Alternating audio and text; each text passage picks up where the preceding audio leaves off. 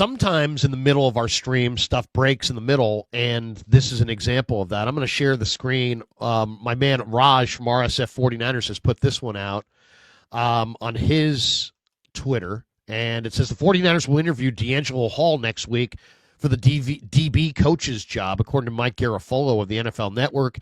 Hall was with the Panthers the last 2 seasons as an assistant defensive backfield coach. I had always heard that they really liked Daniel Bullocks, but maybe in their, end of the year autopsy, or maybe upon Salah's arrival, maybe he didn't want Daniel Bullocks. What did you think of the job that Bullocks did? I felt like some of the young DBs played well, but then also I felt like Jair Brown regressed. So is Jair Brown's regression being blamed on Daniel Bullocks? And what do you think of a former player they're all former players. Bullocks was a former player as well.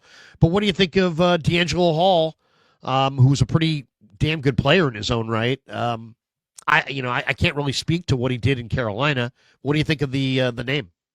Yeah, I threw the Garafolo tweet into the private chat on StreamYard a few minutes ago, so I'm glad that you saw that if you want to pop that up as well. If not, I have the tweet right here. But yeah, Garafolo reported the Niners will interview DeAngelo Hall next week for defensive backs coach. He was with the Panthers the last 2 years as an assistant DBs coach, but the sides parted recently in a mutual decision so that he could seek a job as a primary position coach. And so I thought that Bullocks was going to come back. I thought that Salah, and he still could, was going to retain a lot of the coaches on this staff, because I do think that there are some quality coaches on this defensive staff. But look, when the Niners hired Salah, there was that report from Matt Barrows that they were willing to make him the highest paid defensive coordinator in the game, that they were going to give him full say to be the head coach of the defense, and that he was going to have some personnel and coaching staff say. And if you're going to pay him that much money, if you believe in him that much, if you're convincing him to come back to San Francisco to work under Kyle Shanahan after he couldn't get a head coaching job, this is what you have to do. You have to give him the runway. You have to give him a blank check and allow him to do whatever he has to do. And DeAngelo Hall was a 3-time Pro Bowl player, one of the top corners in the game for a long time. And so I think this would be an intriguing hire. I'm at least interested in the interview. I know the Panthers had young DBs like J.C. Horn play pretty well, and maybe Hall had a say in that. But yeah, Renardo Green played well. Malik Mustafa played well. We've continued to see the growth and development of Diamador Lenore. They need to get Jair Brown back on track. I am a firm believer in the player. Why? He had a bad year 2. In year 1, he stepped in for Talanoa Hufanga. He was really good. He intercepted Patrick Mahomes in the Super Bowl. You got to get him back on track, because he could really help your defense with how versatile he is and his ability to kind of play all over that secondary and really at all 3 levels. What is the need in the secondary in your mind? You've heard some of the talk last week was, man, the 49er defensive coaches have revealed that they need more speed across the board. And you could argue, when you look at the 40 times of guys like Mustafa and Brown and Hufanga, that, Mustafa runs in the 4.5s. The other guys run in like the 4.6s or 4.7s. The Niners don't have a sub 4.4 corner. Just watching Quinyon Mitchell this year with the Eagles, I felt like he made a huge impact in their secondary. Do you think, obviously they're going to, and I say obviously, I think they're going to, they've already signed Lenore. I think they're going to say goodbye to Mooney. And I think there's a very good chance they say goodbye to Yadam as well. He's also a free agent. I think they could re-sign maybe a Rock Ya-Sin, but he's not really the answer. He's just a veteran stopgap guy. Do you think the need is that free safety that can play the deep middle? I'll say this, or do you think the 49ers are going to go, yes, they're going to go to Robert Saleh, but they're still going to play less cover 3.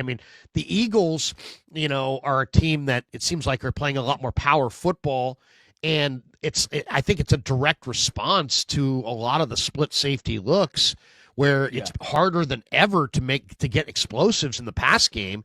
And so you've seen the best teams in football, Baltimore, Kansas City, the Eagles, the Lions, bolster their offensive lines, get a big-time back, and run the hell out of it. Yeah. What do you think? That all being said, is the need that Jimmy Ward free safety who can run and hit, or is the need a fast corner that can match up? Because, you saw Tutu Atwell. He just ran right on by Mooney Ward. Yeah, and there was that report this week from the East-West Shrine Bowl that the Niners' goal this offseason on the defensive side of the football is to get faster on defense, especially in the secondary, and to be less predictable and a little bit more exotic on that side of the ball. And so, really, at the safety position, it comes down to the Niners and Robert Saleh's evaluation of Jair Brown. Do you think that Jair Brown and Malik Mustafa can play alongside one another? If you don't, what do you also do with Talanoa Hufanga, who is used as a chess piece, but we saw him get blown by a couple of times this year. And throughout his Niners career, the Niners have calculated in a way trying to hide him because he's a little bit of a slower player. And so regardless of what the plans are at safety, you have Renardo Green and Diamador Lenore as your two corners in that secondary. And Lenore can play outside. He can play inside. He's elite at both. Renardo Green is an outside guy. I'm a believer in the player as well because of what he did as a rookie. But outside of Darrell Luter Jr., everybody else in that secondary is a free agent. And so you need to add corners regardless. You can do that in the draft. You can do that by spending in free agency. And so that, to me, is priority number one in the defensive backfield.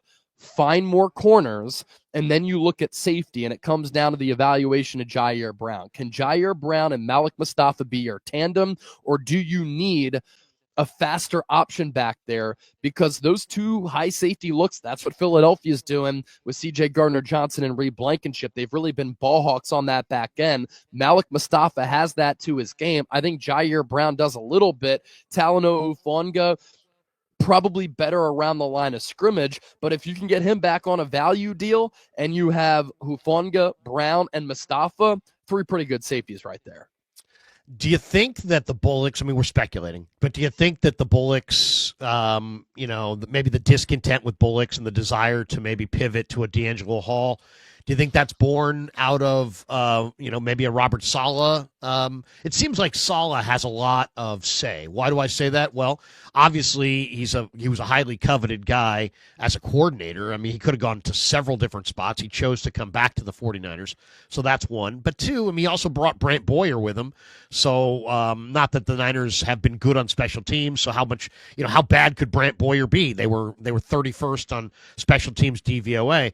But do you think his coattails are so? You think he's so hot right now, Salah, that he could get Bullocks out and a DeAngelo Hall in? And do we know if Hall has ever worked for Salah before?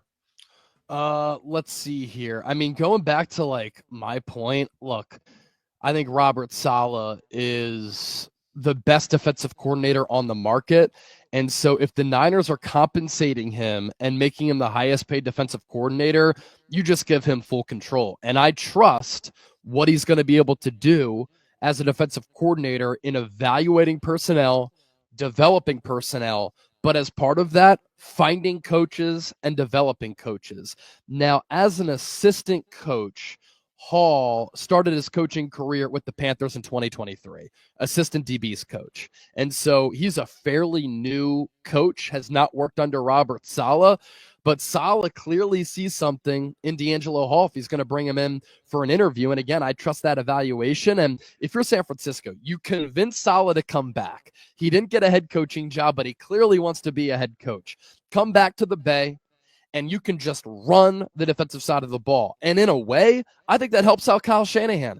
Kyle Shanahan has been distracted, and he's coached distracted the last couple of years because he's had to focus on the defense. He's had to focus on special teams. Saleh runs defense. Boyer runs special teams. Shanahan just can fully go back to all of his concentration being on the offensive side of the football.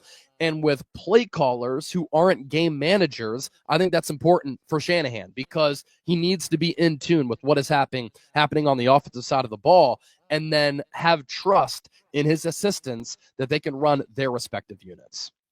Eduardo Boquet says Matt Barrows said that doesn't mean that the Niners are necessarily parting ways with Daniel Bullocks. The team is interested in adding another assistant coach, but it sounds like DeAngelo Hall wants to be the head of the secondary coach and not an assistant secondary coach. So it'll be interesting to see the structure of that thing. The Eagles last year got bounced by the Buccaneers in the playoffs. Their defense was a mess. They had to get rid of both coordinators. In a lot of ways, Chase, I'm asking you this because I'm looking for a little support as far as the Niners. You were there last year when the Eagles, a proud franchise that wasn't done by any stretch. They were on the cusp. They just didn't have a good year. And they did a few things. What do you see parallels between last year's Eagles and this year's Niners? And what do you think? I mean, I haven't talked to you since the Boyer, Salah, Kubiak hires are all official. Those are now all official. The Niners, like the Eagles, changed out all their coordinators, and we'll see if it works. They didn't get a Vic Fangio, but they got a Robert Saleh who might be just as good. We'll see. I don't know if he's as good. Fangio's pretty damn good. What do you think? The Eagles went and got Quinyon Mitchell, Cooper DeJean, Zach Baun. My God, Zach Baun. How can we not mention Zach Baun? What do you look at as the key to their turnaround, and do you see parallels to the Niners this year? Yeah, I see a lot of parallels, honestly. Both teams lost to the Kansas City Chiefs in the Super Bowl in heartbreaking fashion. Philadelphia lost by 3. Last-second field goal by Harrison Butker. The Niners lost in overtime to Kansas City. And you can make the argument that Philadelphia and San Francisco should have won those games, but they shot themselves in the foot, and that's why they lost Super Bowl 57 and Super Bowl 58. And then the following year, the Eagles did start 10-1, but they won a bunch of one-score games. They got pretty lucky, and then down the stretch, they completely collapsed, losing 6 of 7 games, and it was an ugly loss in the wild card round of the Tampa Bay Buccaneers. And with the way that the Eagles finished the year, Nick Sirianni was on the hot seat. Well, what happened with San Francisco, like Philadelphia? There was a little bit of a Super Bowl hangover. There was a little bit of a dark cloud hovering over the organization. I think both teams really struggled in the aftermath of the way that they lost the Super Bowl, because it's human nature to look back and say, my gosh, we played this deep into the calendar year. We have a shorter off season. We're beat up. We're banged up physically, mentally, spiritually, and now we have to get right back at it. And we're dealing with the heartache and the heartbreak of that Super Bowl loss, and now we're trying to get back on track the following year. And then both the Eagles and the Niners collapsed.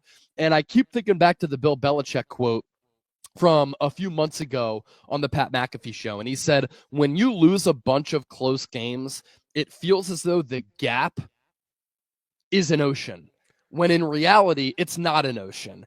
And even though the Niners had a very ugly season, they went 6-11, they began the year as Super Bowl favorites, I don't think the gap is as wide as an ocean. And what the Eagles did, they owned up to their mistakes. They fired Sean Desai and Matt Patricia as their defensive coordinators. They fired Brian Johnson. They hired Kellen Moore, who's about to be the Saints head coach. They hired Vic Fangio. And the Niners, they needed to make 2 coaching changes too on the staff. They needed to fire Brian Schneider, needed to fire Nick Sorensen. Now they get arguably the best defensive coordinator on the market in Robert Saleh, and they bring in Brant Boyer, who is very well respected as a special teams coordinator. And so your coaching staff is better, in my opinion. Your defense is going to improve, led by Salah. Your offense is going to be better, and they still were top 5 in yards per game and top 10 in other offensive statistical categories. And I bank on Kyle Shanahan being better, Brock Purdy improving, and the Niners being healthier. And so I think in all 3 phases of the game, offense, defense, special teams, the Niners will improve. Now, what the Eagles did was Howie Roseman crushed the draft. Quinyon Mitchell in the first round, Cooper DeJean in the second round. 2 starters on a team that's playing for the Super Bowl. Jalix Hunt, Will Shipley, good players who played a role this year on defense, special teams, and on offense. And then in free agency, Zach Baun, Mekhi Becton, Saquon Barkley, C.J. Gardner-Johnson. And so what the Niners are going to have to do, get some players who can contribute. They did it with Dominic Pooney, Renardo Green, Malik Mustafa. 3 starters right there from 2024. You get a few more starters, and maybe Ricky Pearsall becomes one of them. He was at the end of the year here in 2025. That's some quality depth, quality starters. And then I think that Salah is going to be able to have a massive influence on this defense. Like the Eagles last year, We're 26th in yards per game, 31st in passing yards per game, 30th in points per game. Vic Fangio comes in, they're first, and second in those categories. I think that we can see a big jump under Robert Saleh. And then in free agency, you got to have some hits in free agency. You have to be aggressive. And so if the Niners do those things, I think that they can be right back in playoff contention and Super Bowl contention in 2025. Eric Armstead commented this week on Salah coming back to the Niners. He said, after I saw Fred Warner post a picture with Robert Saleh on Instagram after he went back there, I sent Fred a message. I said, dang, I'm jealous. Salah is one of the best coaches I've ever played for. He's truly a special coach. Schematically, he's elite. So this is a pretty heady player in Armstead, obviously saying a lot of great things about Robert Saleh. I bring that up because Kyle Posey on Niners Nation has an article out this morning. Another Jets free agent has been linked to the 49ers, and it's Jamien Sherwood, who we talked about, I think, recently. Yep. Sherwood is ESPN's 37th ranked free agent. He's only 25. He was a safety at Auburn, and he's a lighter guy. This is what Kyle Posey wrote. He said the tape is trending up on Jamien Sherwood after he posted 154 tackles, 10 tackles for loss, 3 pass breakups with the Jets this season. He can play downhill with speed, cutting off the ball, pursuing the edges, and I see coverage upside here too. Sherwood is a 3-down player with special teams coverage ability, and his best football is ahead of him. It's interesting. And then I guess Fowler also weighed in here. That's Jeremy Fowler. He said 3 different personnel evaluators brought up Sherwood to me unprompted when discussing the free agency class. Watch for Atlanta, which features a lot of former Jets staffers, or San Francisco, where former Jets coach Robert Saleh now runs the defense. He did have 18 tackles in a game against Miami. I think he had 17 in a game against Arizona. He didn't, his 40 time was really slow. But I mean, I don't know, that to me is one of the most fraudulent 40 times, because if you watch this guy play, he plays incredibly fast. Yep. So what do you think of, the possibility? Could they bring back Greenlaw and Jamien Sherwood, or do you see it as an either or? Yeah, Sherwood's a player who is much faster than his 40 time, kind of like Talanoa Hufanga, and sometimes that just comes down to instincts, feel, being able to read and diagnose plays. I like Sherwood as a player. This is why you subscribe to the 49ers Report, because after the Niners hired Salah on Friday, I did a video on Saturday looking at some free agents and some players who he could bring with them, and I know that you mentioned some of those players as well. But Sherwood, if the Niners want to let Dre Greenlaw go and sign him, I think that would be a good move. If Greenlaw wants to come back, short-term deal, and the Niners want him back, shoot, are we looking at a linebacker trio of Fred Warner, Jamien Sherwood, and Dre Greenlaw? That reminds me a lot. Yeah, what'd you say? I said I'll take that all day. Exactly, and you know what it reminds me of? It reminds me of the linebacker trio they had a few years ago when this defense was at their best. Fred Warner, Dre Greenlaw, Azeez Al-Shaair. And I think that second level has to get back to that type of speed and athleticism. And Sherwood is a player who was top 40 in Pro Football Focus overall grade, run defense grade, and coverage grade among 189 linebackers. And Larry, when the Niners scout linebackers, they love linebackers who used to play safety, who have a DB background. I know that you were mentioning the Niners missing Jimmy Ward. Sherwood isn't Jimmy Ward, but he has those DB skills and instincts where he can do some of the versatile, diverse things that Jimmy Ward can do.